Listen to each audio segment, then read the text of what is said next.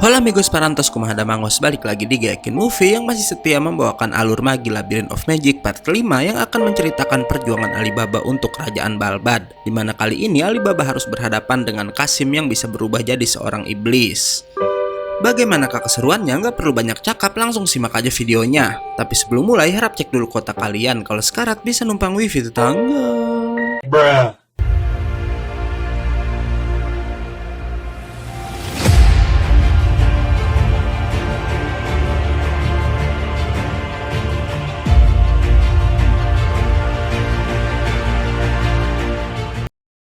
Awal part ini dibuka oleh Morgiana yang udah berhasil membabat habis pasukan keras sendirian. Sementara di dalam, Ahmad mengira adiknya mengkhianatinya karena ingin merebut tahta dan menggantikannya menjadi raja.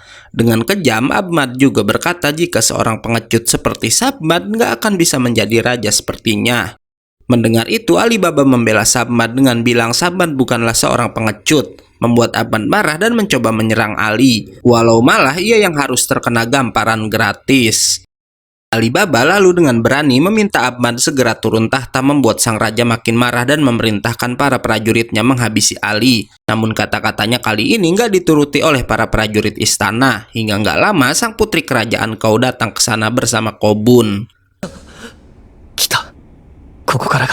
Di sisi lain, ketiga perampok yang sebelumnya udah mencuri semua wadah jin milik Sinbad mencoba meninggalkan Balbad, namun langkah mereka terhenti karena melihat cahaya yang ternyata berasal dari tubuh Aladin dan Judal yang saat itu sama-sama dikelilingi para Rook. Balik lagi ke istana di mana sang putri yang diketahui bernama Kogyoku saat itu sedang sibuk mencari wajah sang raja yang belum pernah bertemu dengannya. Hingga nggak lama ia pun melihat tunangannya itu untuk pertama kalinya.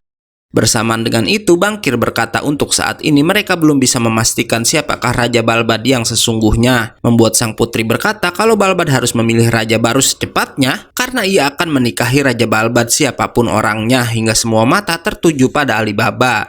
Mengejutkannya, Alibaba bilang ia nggak akan menjadi raja karena ia masih merasa bersalah udah nggak sengaja menyebabkan perampokan di istana sampai membuat ayahnya meninggal.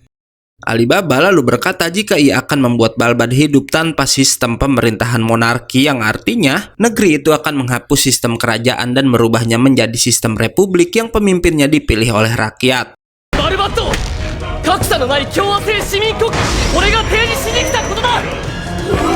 Sinbad lalu datang bersama 3 perwakilan diplomatik dari 3 negara aliansi yang ia pimpin, yang konon sang Raja Sindria memimpin aliansi 7 negara yang disebut aliansi 7 lautan.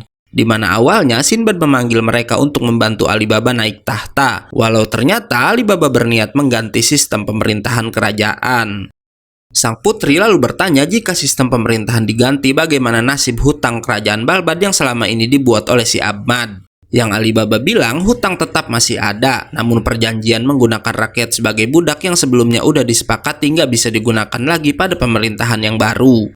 Ali lalu meminta sang putri kembali ke Kau karena pernikahannya nggak akan pernah berlangsung. Ia juga berkata jika Kau mau melepaskan Balbad dan membiarkannya menjadi negara republik, maka Alibaba akan membagi keuntungan hasil perdagangan maritim, walau hal itu langsung ditolak oleh sang putri.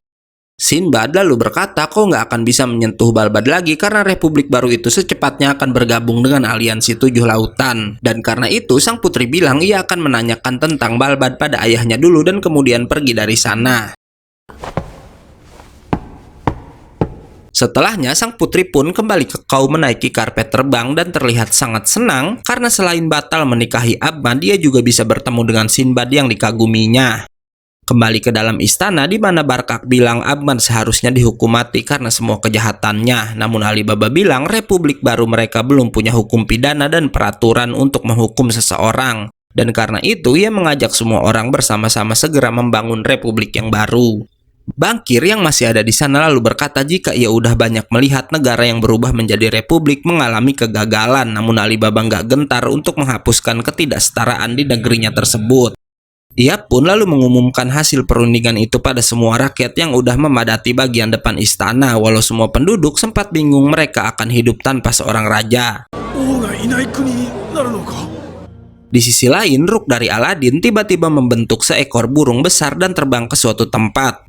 Sementara Alibaba saat itu sedang menjelaskan sistem pemerintahan republik pada para penduduk, membuat mereka semua senang setelah mengetahui di negara republik tidak akan ada perbedaan status seperti halnya pada sistem kerajaan. Tanpa mereka tahu, Qasim dan pengikutnya sedang menuju ke istana juga.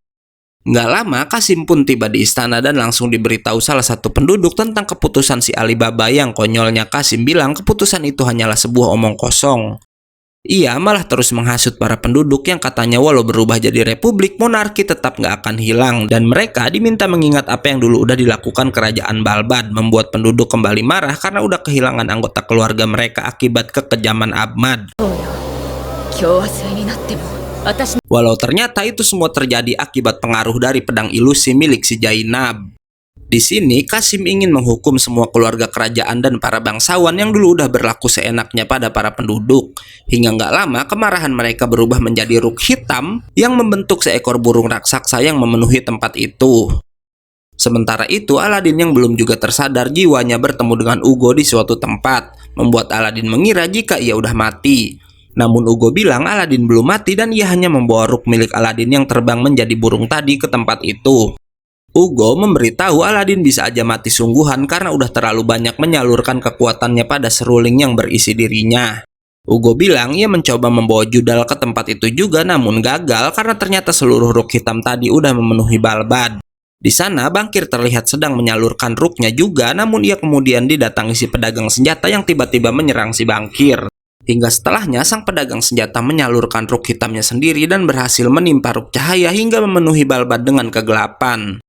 Balik lagi pada Ugo yang memberitahu Aladin jika ada seseorang yang coba membalikan arus takdir, di mana takdir yang udah dibuat Alibaba tadi coba diubah menjadi negatif, dan semua itu bisa dilakukan oleh seseorang yang memiliki ruk hitam yang merupakan orang-orang yang udah jatuh dalam kerusakan.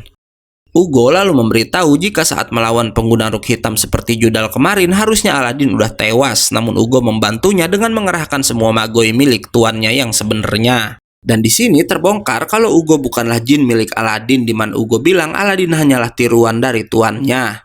Ugo ternyata memanggil Aladin ke sana karena ia udah nggak punya cukup kekuatan dan nggak akan bisa bertemu dengan Aladin lagi.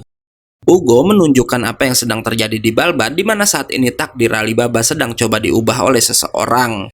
Ia pun lalu melakukan sesuatu pada tubuh Aladin dan mengirimnya ke suatu tempat sambil berkata mulai saat ini ia dan Aladin nggak akan bisa bertemu lagi. Aladin lalu tersadar di sebuah tempat yang memiliki lingkaran cahaya besar yang katanya adalah pintu masuk menuju pusaran besar pengetahuan. Di sana terdengar suara seorang pria yang memberitahu Aladin kalau sang magi akan terlahir kembali setelah melintasi tempat itu. Di sisi lain, saat itu kerusuhan udah pecah di kerajaan Balbad, membuat Alibaba harus bertindak untuk mencegah kekacauan tersebut. Sementara itu, Qasim dan kelompok kabut udah berhasil masuk melalui gerbang istana, tapi tiba-tiba api milik Alibaba mengelilingi mereka semua. Alibaba pun langsung bertanya apa tujuan Qasim melakukan itu semua, namun Qasim nggak menjawab dan malah menyerang sahabatnya itu. Nggak hanya Qasim, seluruh anggota kabut yang udah diberikan senjata sihir ikut menyerang Alibaba juga, sampai sang pangeran bisa ditaklukkan oleh pedang kabut merah milik si Jainab. Karena itu, Alibaba pun berhasil ditangkap. Yang kejamnya, Qasim lalu mencoba menghabisi sahabatnya sendiri. Beruntung Alibaba bisa mengaktifkan Masaunya. Melihat itu, Hasan mencoba menyerang, namun ia bukanlah tandingan dari Masau milik si Alibaba. Bahkan hebatnya, Alibaba kemudian bisa menghancurkan semua pedang sihir milik kelompok kabut dengan sekali tebasan aja, dan lalu menodongkan pedang hitamnya pada leher si Qasim. Walau begitu, Qasim bilang ia nggak akan mundur dan malah menantang Alibaba untuk bertarung. Alibaba jadi sangat marah dan mencoba menghabisi Qasim, walau kenyataannya ia nggak bisa melukai sahabatnya itu.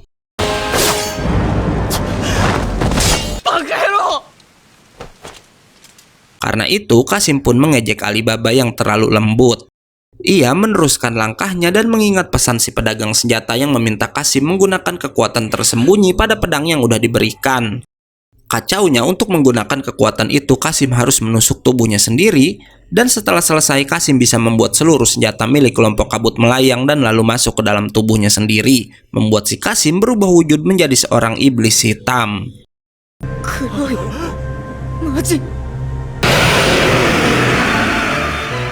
Qasim langsung menyerang ke segala arah, membuat para prajurit yang terkena kekuatannya tewas seketika. Ia pun kemudian menatap ke arah Ahmad dan Sabmat, namun saat akan menyerang Morgiana menolong keduanya, disambung dengan Alibaba yang memotong lengan Qasim menggunakan masaunya. Sialnya, si iblis atau jin hitam bisa mengumpulkan seluruh Rukh hitam yang ada di sana untuk membantunya beregenerasi. Yang si pedagang senjata bilang selama masih ada Rukh hitam, jin hitam itu bisa beregenerasi selamanya, di mana Rukh hitam terlahir dari kebencian manusia yang ada di seluruh dunia. Nggak hanya beregenerasi, sang jin hitam ternyata berhasil tumbuh semakin besar. Ia yang jadi semakin kuat pun berhasil mementalkan Morgiana yang kembali mencoba menyerang, dan di sini terbongkar jika jin hitam itu bisa mengendalikan gravitasi. Ia terus aja mengincar Ahmad dan Sabmat, beruntung kali ini giliran Sinbad yang coba membantu keduanya. Raja Sindria berhasil menembus bagian belakang kepala jin hitam walau terlihat lengan Sinbad terluka karena melakukan hal itu. Namun Alibaba kemudian datang membantu dengan menusuk tubuh makhluk tersebut. Walau kenyataannya pedang Alibaba nggak mampu menembus pelindung Rukh hitam yang bisa menangkis serangannya. Karena hal itu, Alibaba meminta Amon meminjamkan kekuatannya, membuat sang pangeran berhasil membangkitkan Masau pada bagian lengannya. Tapi tiba-tiba Alibaba melihat tubuh Qasim yang asli ada di bagian perut dari jin hitam tersebut, membuatnya berhenti menyerang dan harus terpental. Sinbad yang udah nggak sanggup menahan pun akhirnya bisa dijatuhkan juga, namun berkat serangannya tadi, Sinbad bilang saat ini jin hitam nggak bisa menggunakan sihir gravitasi untuk sementara waktu, dan ia meminta Alibaba mengakhiri sang jin hitam dalam satu kali serangan. Sialnya, Alibaba kembali melihat Qasim membuat dirinya nggak tega menghabisi sahabatnya sendiri. Bersamaan dengan itu, Barkak memimpin seluruh pasukan untuk menyerang jin hitam, di mana pasukan kerajaan Balbat dengan berani berniat melindungi negeri mereka dari makhluk itu, hingga tekad para prajurit berhasil membangkitkan semangat si Alibaba. Dengan diberikan kekuatan tambahan dari Magoi Sinbad, Alibaba langsung melompat walau sial Judal tiba-tiba datang dan menyerang sang pangeran sampai terhempas. Juda lalu berbincang dengan si pedagang senjata yang katanya mereka harus menyingkirkan Alibaba karena anak itu suatu saat bisa merepotkan mereka. Di sisi lain, ketiga perampok yang membawa wadah jin milik Sinbad nggak jadi kabur dan malah berniat mengembalikan semua barang itu pada Pangeran Sindria. Hingga yang mengejutkan, bersamaan dengan itu Aladin datang dengan menunggangi burung Rukh cahaya raksasa langsung menuju ke kerajaan. Balik lagi ke Judal yang diminta si pedagang senjata untuk mengendalikan jin hitam dengan kekuatannya. Hingga akhirnya sang magi jahat pun berhasil menjadikan jin hitam itu sebagai jin miliknya sendiri. Agar Sinbad gak mengacau, Judal lalu membuat sang Raja Sindria gak bisa bergerak dengan sihir esnya. Ia pun kemudian mengincar Alibaba, beruntung ada Morgiana di samping sang pangeran saat itu. Alibaba lalu meminta sang Fanalis melemparnya ke atas jin hitam untuk melancarkan serangan terakhir yang ia miliki. Morgiana pun akhirnya menuruti kemauan sang pangeran walau sayang Judal berhasil mengenai Alibaba sampai kembali terjatuh ke tanah. Hingga setelahnya Alibaba harus menahan serangan dari jin hitam membuat masaunya hancur berkeping-keping. Hebatnya dengan pedang yang hanya tinggal tersisa setengah, Alibaba kembali meminta Morgiana melemparnya walau lagi-lagi Judal berhasil menggagalkan serangan sang pangeran. Namun saat Alibaba akan dihabisi, Aladin datang melindungi sahabatnya itu pada tepat waktu. Melihat itu, Judal yang kini udah punya jin menantang Aladin untuk mengeluarkan Ugo. Namun Aladin bilang saat ini Ugo udah nggak ada lagi. Namun Aladin kemudian menunjukkan kekuatan yang diberikan Ugo, di mana sang magi bisa membuat bentuk Ugo menjadi sosok jin putih dengan Rukh cahayanya. Aladin pun langsung menyerang balik, membuat Judal dan jinnya terlihat lenyap dari tempat itu. Aladin lalu meminta Morgiana membawa Sinbad ke kota karena katanya ada orang-orang yang sedang mencari sang Raja Sindria. Sialnya, Judal ternyata berhasil melindungi dirinya dengan Rukh, membuat Aladin bilang saat ini sepertinya ia nggak bisa menang karena sihirnya belum sempurna untuk melawan Judal. Dan karena itu ia butuh kekuatan Alibaba untuk membantunya. Aladin yang tahu Alibaba udah putus asa lalu memberikan penglihatan di mana semua orang yang nggak terpengaruh oleh Qasim sedang berjuang, yang Aladin bilang Alibaba masih punya api harapan di hati orang-orang itu.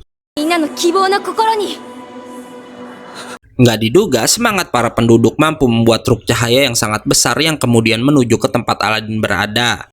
Melihat hal itu, sang pedagang senjata bilang jika kini Aladin udah mendapatkan kebijaksanaan Sulaiman bersamaan dengan tanda yang muncul di dahi sang magi. Oke, karena videonya udah habis, gue undur dan gak yakin movie pamit. Jangan lupa datang lagi besok untuk tahu kelanjutan ceritanya. Bye-bye.